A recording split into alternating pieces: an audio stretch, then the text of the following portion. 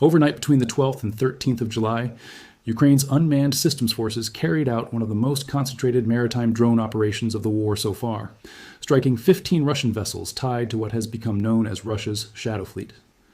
The claim came from Robert Brovdy, known by his call sign Magyar, the commander of Ukraine's unmanned systems forces, who said the overnight wave of strikes hit 7 tankers, 5 cargo ships, 1 ferry, and 2 tugboats. He framed the operation as part of a much longer campaign, one that has been building steadily for more than a week, aimed squarely at disrupting Russia's ability to move fuel, cargo, and military-adjacent supplies across the Sea of Azov and into occupied Crimea. To understand why this single night matters, it helps to zoom out first. According to Brovdy's own accounting, Ukrainian forces struck a cumulative total of 105 vessels between the 6th and the 13th of July, an 8-day stretch that represents a dramatic escalation in tempo compared to anything seen earlier in the war. This is not a story about one lucky night of drone strikes. It is a story about a sustained, deliberate campaign to make an entire body of water unsafe for Russian shipping, and by extension, to choke off the logistics that keep occupied Crimea supplied and keep Russian oil revenue flowing. The Shadow Fleet itself is worth explaining, because the term gets used constantly in coverage of this war without always being unpacked. Since the West imposed sanctions and a price cap on Russian oil exports following the full-scale invasion in 2022, Russia has relied on an enormous, loosely organized collection of aging tankers, many of them flagged in third countries, many with murky ownership structures, many operating without standard insurance, to keep its oil moving to international buyers despite the restrictions. Estimates place this fleet at somewhere around 1,000 vessels globally. These are not warships. They are aging, often poorly maintained commercial tankers and cargo vessels, deliberately structured through shell companies and flag of convenience registrations to make it difficult for Western regulators to trace ownership or enforce sanctions. Ukraine has increasingly treated these vessels as legitimate military targets, arguing that because they finance the Russian war effort directly through oil revenue, they are as much a part of Russia's war machine as any tank or artillery piece. This is a contested legal position, and it is worth being honest about that, rather than simply repeating Kiev's framing. Under international law, commercial vessels engaged in trade are not automatically legitimate military targets, simply because the revenue they generate benefits a belligerent government's broader economy. Ukraine's argument, articulated repeatedly by officials from its security service and its military, is that these specific vessels are functioning in direct violation of an international sanctions regime, are frequently operating without proper insurance or safety certification, and are directly funding a war of aggression, which in Kiev's view moves them from ordinary commerce into the category of war-sustaining infrastructure. Not every government or legal scholar would necessarily agree with that framing, and Russia and its allies have condemned the strikes as attacks on civilian shipping and, in some cases, acts of piracy.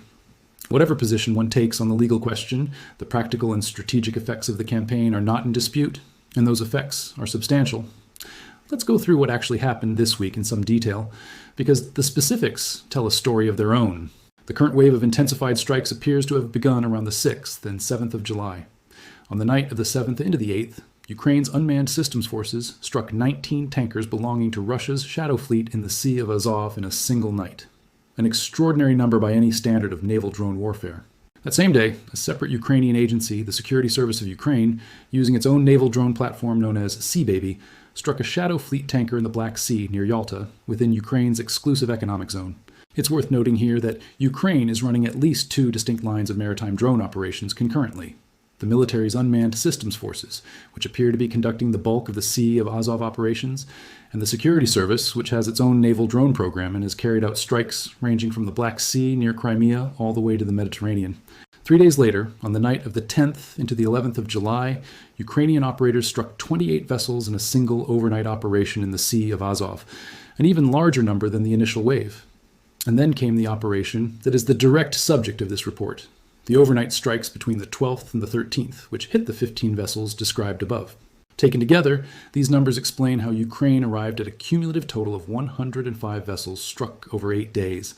That is an average of roughly 13 vessels hit per night, sustained across more than a week, which represents an entirely different order of magnitude and operational tempo than the more sporadic, occasional strikes on individual tankers that characterized earlier phases of Ukraine's maritime drone campaign going back to 2022 and 2023. It's worth pausing on why the pace matters as much as the raw numbers.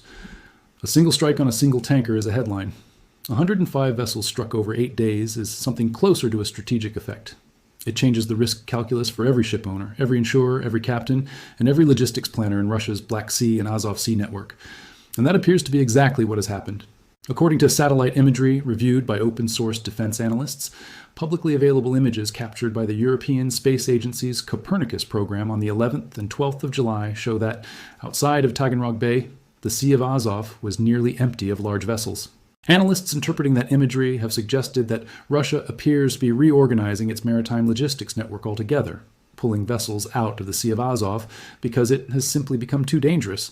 and concentrating dozens of ships instead near the Taman Peninsula on the Black Sea side, likely in an attempt to find safer anchorages away from the reach of Ukrainian drones. This is a significant development because the Sea of Azov and the routes through the Kerch Strait have functioned as one of Russia's most important logistics arteries since the annexation of Crimea in 2014, and especially since the full-scale invasion in 2022. Fuel, construction materials, food supplies, and components used to build and maintain defensive fortifications all move through this corridor, supplying both the civilian population of occupied Crimea and Russian military forces on the southern front. If Russia is now effectively abandoning large portions of the Sea of Azov as unsafe for shipping, that is not a minor tactical inconvenience. That is a fundamental disruption to an entire theater's worth of military and civilian logistics. It's also worth being precise about what these strikes are actually accomplishing, because sinking a tanker outright is not necessarily the primary goal, and in most cases does not appear to be what is happening. According to detailed reporting on the campaign, the objective in the majority of these strikes is not necessarily to destroy a vessel outright, but to inflict enough damage to force it into prolonged repairs, effectively taking it out of service for weeks or months, rather than sinking it in open water. Some vessels, according to this reporting, have been struck multiple separate times. There is also a financial dimension that compounds the physical damage. These vessels typically belong to private shipping companies that have chosen to accept the risk of operating in a sanctioned trade in pursuit of substantial profit margins that come with skirting the price cap. When a vessel is struck and disabled, it stops generating revenue and instead becomes a liability sitting in a repair yard. Compounding this, Russian insurers have in many documented cases refused to cover damage caused by drone strikes, meaning the financial losses from a single strike can cascade through the ownership chain rather than being absorbed by an insurance payout. This mirrors a pattern Ukraine has already established with its long-range strikes on Russian oil refineries deep inside Russian territory, where the strategic logic has been less about achieving a single catastrophic knockout blow and more about imposing continuous, compounding costs that Russia cannot fully repair or insure its way out of. Now to the second major thread of this operation, air defense. Brovdi also reported that Ukrainian forces destroyed 4 separate Russian air defense assets during the same period of operations. Specifically, he said, Ukrainian strikes destroyed an S-400 Triumph launcher, a Tor short-range air defense system, and 2 radar complexes. This detail deserves real attention, because it is not simply a footnote to the maritime story. It is arguably just as significant, if not more so, in terms of what it signals about the broader trajectory of the war. The S-400 Triumph is one of Russia's most capable long-range air defense systems, a mainstay of its integrated air defense network, and a system that Russia has historically guarded closely, given how central it is to protecting high-value military and infrastructure targets from air and missile attack. The Tor system, meanwhile, is a shorter-range, mobile air defense platform typically used to protect point targets and mobile formations from aircraft, drones, and cruise missiles at closer range. Together with radar installations, these systems make up layered air defense, meaning long-range detection and engagement paired with shorter-range point defense and the sensor infrastructure that ties it all together. Destroying one S-400 launcher does not collapse an entire regional air defense network, but the destruction of both a long-range system and a short-range system alongside radar assets in the same window of operations suggests a fairly sophisticated, multi-layered strike package, one capable of first suppressing or blinding a defended area and then following through against harder targets. This matters because it speaks directly to the broader question of whether Ukraine's long-range and maritime drone campaigns are becoming more survivable and more capable over time, even as Russia continues to invest heavily in air defense. If Ukrainian forces are managing to identify, target, and destroy S-400 batteries, that tells us something about the quality of Ukrainian intelligence, surveillance, and reconnaissance, likely involving a mix of satellite imagery, signals intelligence, and forward reconnaissance drones feeding targeting data back into a strike package. It also tells us something about Russia's own limitations. No matter how sophisticated an air defense system is on paper, it can be degraded through saturation, through decoys, through electronic warfare, or simply through being caught in a vulnerable posture during redeployment or maintenance. Whatever specific method Ukraine used here, the net effect is a further erosion of Russia's ability to protect its own rear area assets, at exactly the moment those assets are needed most to defend against exactly this kind of layered drone offensive. The third major component of this operation, and arguably the one with the most direct humanitarian and civilian impact, was what Ukrainian officials described as the Crimean switch-off operation, conducted specifically over the night of the 12th into the 13th. According to Pravda, Ukrainian drones struck 9 electrical substations of varying capacities across occupied Crimea and other occupied territories, and also struck the strategic power transfer facility that forms part of what is sometimes called the Kuban-Crimea energy bridge, the infrastructure link connecting Russia's Kuban region on the mainland with the occupied Crimean peninsula. Notably, Pravda said this particular transfer facility had now been struck for the second time within a 48-hour window, meaning Ukraine returned to hit the same target again almost immediately after an initial strike, presumably to prevent or slow down repair efforts and to maximize the duration of the resulting disruption. This is a meaningful target set to unpack, because Crimea's electrical grid has been a point of vulnerability since well before the current war. After Ukraine cut off Crimea's own regional power supply following the 2014 annexation, Russia constructed an undersea and overland power bridge from the Kuban region to supply the peninsula, which became one of the signature infrastructure projects of Russia's effort to integrate Crimea more fully into its own grid and reduce its dependence on any external, and especially Ukrainian-controlled power source. Striking that same energy bridge repeatedly, alongside a wide swath of substations feeding the broader occupied territories, represents a deliberate effort to degrade civilian and military electrical capacity across the peninsula simultaneously. Reduced electricity supply complicates everything from water pumping and hospital operations to fuel storage and handling to any military logistics that depend on refrigeration, communications infrastructure, or powered equipment. Ukrainian officials have characterized the cumulative effect of this energy campaign, combined with the maritime blockade-like pressure on shipping, as producing genuine fuel shortages and prompting what has been described as a state of emergency within occupied Crimea in recent weeks, as the territory struggles to maintain normal supply chains under sustained pressure from multiple directions at once. It is worth stepping back here to notice how these 3 lines of effort, the maritime strikes, the air defense strikes, and the energy grid strikes, are not really separate operations happening to coincide on the same night. They appear to function as a single integrated campaign, each reinforcing the others. Degrading air defense makes it easier to strike energy infrastructure and shipping without interference. Disrupting shipping reduces the fuel and materials available to repair damaged infrastructure and to resupply air defense units. Cutting power complicates repair operations across the board, including at ports, on ships undergoing maintenance, and at any facility trying to reconstitute damaged air defense systems. This is a textbook example of what military planners call effects-based operations, a campaign designed not around any single decisive strike, but around the cumulative, compounding, mutually reinforcing degradation of an adversary's ability to sustain operations in a given theater over time. There's also a broader strategic backdrop worth situating this within. This maritime and infrastructure campaign has not emerged in isolation.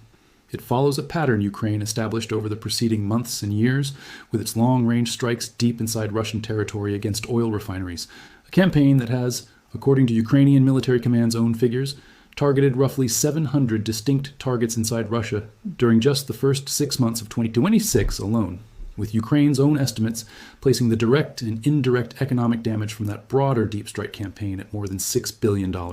Separately, and even more strikingly, Ukraine's long-range drone systems have reportedly reached targets as far as Russia's largest refinery complex in Omsk, a target roughly 3,000 kilometers from Ukrainian territory, illustrating just how dramatically the geographic reach of Ukraine's drone arsenal has expanded.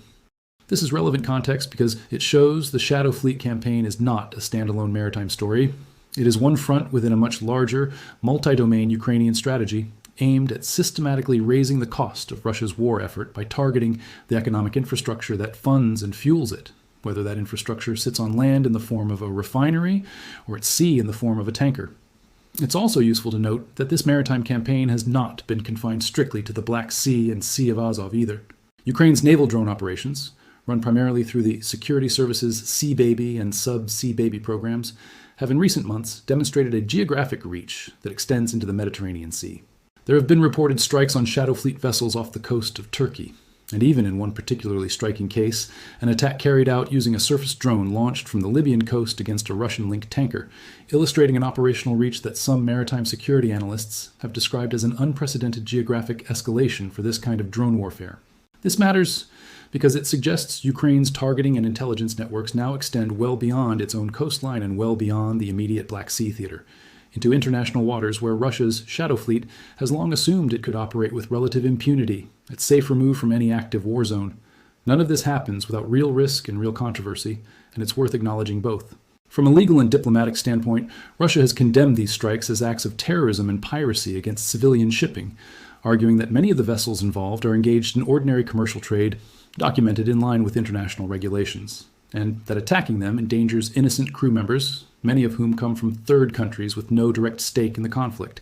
and risks environmental disasters in the event of a major oil spill from a damaged tanker. These are not baseless concerns to wave away. Any strike on a laden oil tanker carries genuine environmental risk, and the crews of these vessels, whatever the legal status of the ships they're sailing, are frequently ordinary merchant sailors, not combatants in any traditional sense, drawn from countries such as the Philippines, India, and elsewhere, working commercial contracts. Ukraine's security service has, in at least one documented case, specifically noted that a targeted tanker was not carrying oil at the time of the strike, which does suggest at least some degree of effort to reduce environmental risk when circumstances allow, though it is difficult to independently verify how systematically that consideration factors into targeting decisions across every single strike in a campaign of this scale and pace. There is also the matter of international response and enforcement. Western governments have for years struggled with the practical difficulty of enforcing sanctions and price caps against a fleet of vessels deliberately structured through opaque ownership and flag of convenience registration, specifically to frustrate that kind of enforcement.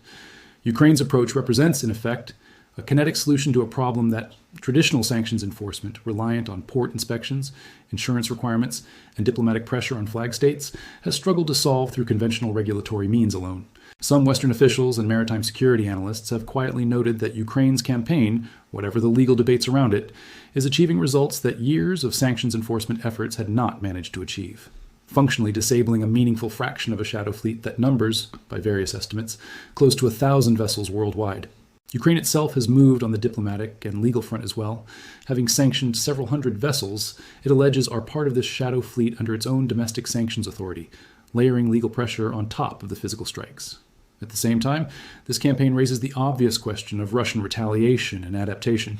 and this is worth taking seriously as we look ahead. Maritime security analysts have suggested that Russia is likely to respond to this kind of sustained pressure, not necessarily through direct confrontation with Ukrainian drone assets, which have proven difficult to intercept, but through retaliatory strikes of its own against Ukrainian port infrastructure, against commercial vessels operating in or near Odessa, or against ships trading with Ukraine elsewhere in the Black Sea. Ukraine's own maritime export corridor, which has become critically important for grain and other commodity exports since the collapse of the original Black Sea grain initiative, remains a vulnerable target that Russia could choose to hit harder in response to the pressure being placed on its own shadow fleet. This is the kind of tit-for-tat escalation dynamic that has characterized much of this war's evolution. Each side, unable to achieve a decisive breakthrough on the ground, increasingly reaches for economic and infrastructure targets as a way of shifting the overall cost-benefit calculation of continuing the war. It's also worth reflecting on what the satellite imagery evidence tells us about Russian adaptation already underway. The apparent movement of dozens of vessels out of the Sea of Azov and into a tighter concentration near the Taman Peninsula in the Black Sea suggests Russia is not simply absorbing these losses passively. It is actively trying to find safer routes and safer anchorages, but this adaptation itself carries costs. Concentrating dozens of vessels in a smaller area may reduce individual risk from any single strike in the short term, but it also potentially creates a denser, more identifiable target set for future Ukrainian strikes. And it does nothing to solve the underlying problem that the Sea of Azov, once a relatively secure rear area logistics corridor for Russia, has now become a contested and dangerous body of water that Russian commercial shipping is actively avoiding. That is a genuine strategic loss for Russia, regardless of how the retaliation dynamic eventually plays out, because it means an entire secondary logistics route that Russia had relied on since 2014 can no longer be assumed safe, forcing longer, more expensive, and more exposed alternative routes for anything that still needs to reach occupied Crimea by sea. Stepping back to consider the war more broadly, this episode is a useful illustration of how dramatically the character of this conflict has shifted since 2022. The war began with large mechanized formations, artillery duels, and contested territorial lines that moved in tens of kilometers over months of grinding combat. Increasingly, in 2026, some of the most consequential fighting is happening far from any front line in the traditional sense, in the form of long-range drone strikes against refineries a continent's width away, in the form of naval drones a fraction the size of a manned warship disabling multi-thousand-ton tankers, and in the form of coordinated strikes against power infrastructure hundreds of kilometers behind occupied lines. This is a war increasingly fought over economic sustainment as much as territory, where the ability to keep fuel, electricity, and revenue flowing has become as central to the outcome as the ability to hold a trench line. For Ukraine, this shift plays to certain genuine strategic advantages. Ukraine has, by most independent accounts, developed a sophisticated and rapidly iterating domestic drone industry, producing increasingly capable long-range strike drones and naval surface drones at a pace and cost that allows for the kind of high-tempo, high-volume campaign described here, hitting over 100 vessels in a little over a week. This kind of asymmetric capability allows Ukraine to impose real costs on Russia without needing to match Russia's conventional military mass on the ground, which remains a persistent structural disadvantage for Kiev, given the disparity in population and industrial base between the two countries. For Russia, the challenge this creates is significant and in some ways structurally difficult to solve quickly. Air defense systems, even sophisticated ones like the S-400, were designed primarily around the threat of manned aircraft and ballistic or cruise missiles, not the kind of low-cost, mass-produced drone swarm and long-range one-way attack drones that Ukraine has increasingly deployed. Similarly, naval assets and merchant shipping were never designed with modern naval surface drone attacks as part of their threat model. Adapting to this new reality requires not just tactical adjustments, but potentially years of doctrinal and material investment, precisely the kind of investment that is difficult to prioritize in the middle of an ongoing war that is simultaneously consuming enormous resources on the ground in the east. Looking ahead, a few things seem worth watching closely as this specific campaign develops further. First, whether Ukraine can sustain this tempo. 105 vessels in 8 days is an extraordinary rate, and sustaining anything close to that pace over weeks or months, rather than just over a single intense stretch, would represent a genuinely transformative level of pressure on Russian maritime logistics. Second, whether Russia's apparent reorganization toward the Black Sea near Taman actually provides meaningfully safer operating conditions, or whether Ukraine's demonstrated reach into the broader Black Sea and even the Mediterranean means there is, in practical terms, nowhere left for this fleet to hide. Third, how the international community, particularly the countries whose flags many of these shadow fleet vessels fly, respond to a dynamic in which drone strikes are achieving what years of sanctions enforcement had not. Since that success may either encourage further diplomatic pressure to formalize action against these vessels, or alternatively generate calls for restraint given the environmental and crew safety risks involved. Fourth, and perhaps most consequentially, whether Russia responds to this pressure with a proportional escalation against Ukrainian maritime and port infrastructure, which would risk further destabilizing an already fragile Black Sea shipping environment that much of the world, well beyond Ukraine and Russia, continues to depend on for grain and commodity flows. It's worth adding a bit more economic context here, because the shadow fleet story only fully makes sense against the backdrop of the price cap mechanism the G7 and its partners built in the first place. When Western nations imposed a roughly $60 per barrel price cap on Russian seaborne crude back in late 2022,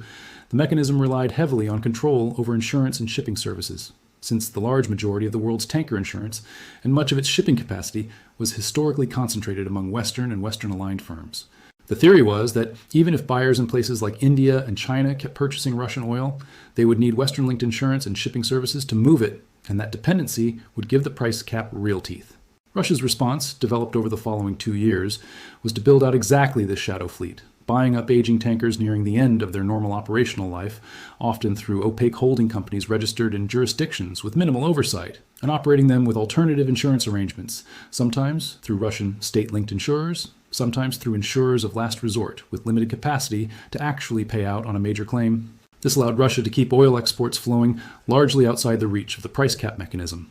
and by many economic analyses, substantially blunted the intended effect of the sanctions regime over time.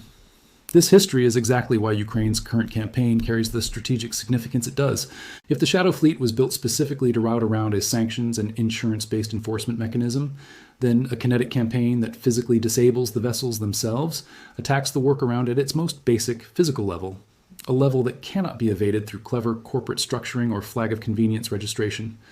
A tanker with a damaged engine room or a burned-out deck cannot carry oil regardless of what flag it flies or which shell company holds its title. In that sense, what Ukraine is doing amounts to a form of enforcement that succeeds precisely where years of financial and regulatory sanctions struggled,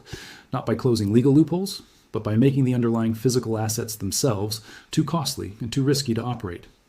It's also worth placing this within the broader arc of how naval warfare itself has evolved over the course of this conflict, because the trajectory here has been remarkably fast. Russia's Black Sea Fleet, based historically out of Sevastopol and occupied Crimea, entered this war as one of the most powerful naval forces in the region, including a guided missile cruiser, submarines, and a substantial complement of surface combatants. Over the course of the war, without possessing anything resembling a conventional navy of its own, Ukraine used a combination of long-range missiles, sabotage operations, and increasingly its domestically developed naval drones to sink or damage a significant portion of that fleet, eventually forcing much of what remained to relocate away from Sevastopol entirely toward more distant Russian ports considered safer from Ukrainian reach. That earlier campaign against Russia's actual warships set the template, in both technological and doctrinal terms, for what we are now seeing applied against the Shadow Fleet. Cheap, mass-producible naval drones capable of covering hundreds of kilometers of open water and delivering enough explosive payload to disable or destroy a much larger and more expensive vessel.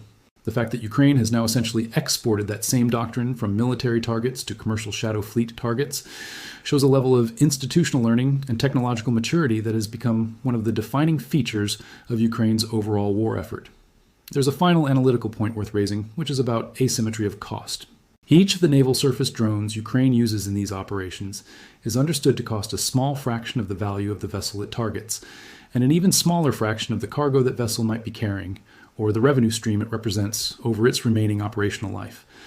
This cost asymmetry is central to why this kind of campaign is sustainable for Ukraine in a way that head-to-head conventional naval competition never could have been. Russia, by contrast, faces a much less favorable cost equation. Replacing a damaged tanker, finding alternative insurance, rerouting shipments, and repairing damaged port and grid infrastructure all cost vastly more than the drones used to inflict that damage in the first place. Wars of attrition are ultimately about which side can sustain a given tempo of operations for longer,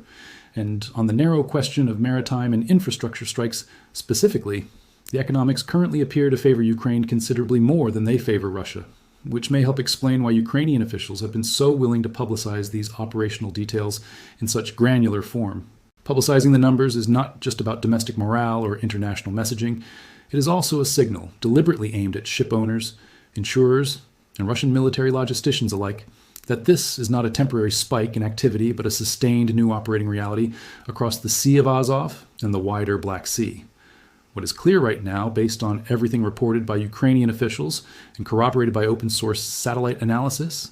is that this represents a genuinely significant escalation in the maritime dimension of this war. 15 vessels in a single night, 105 over 8 days, the destruction of layered air defense assets including a long-range S-400 system, and a coordinated strike on Crimea's power grid, targeting the same critical transfer facility twice within 48 hours, all point to a campaign that is deliberate, integrated, and increasingly difficult for Russia to absorb without meaningful strategic cost. Whether this marks a turning point in the broader trajectory of the war, or simply another escalatory chapter in a conflict that has already produced many such chapters, will depend heavily on whether Ukraine can sustain this operational tempo, and on how Russia chooses to respond in the days and weeks ahead.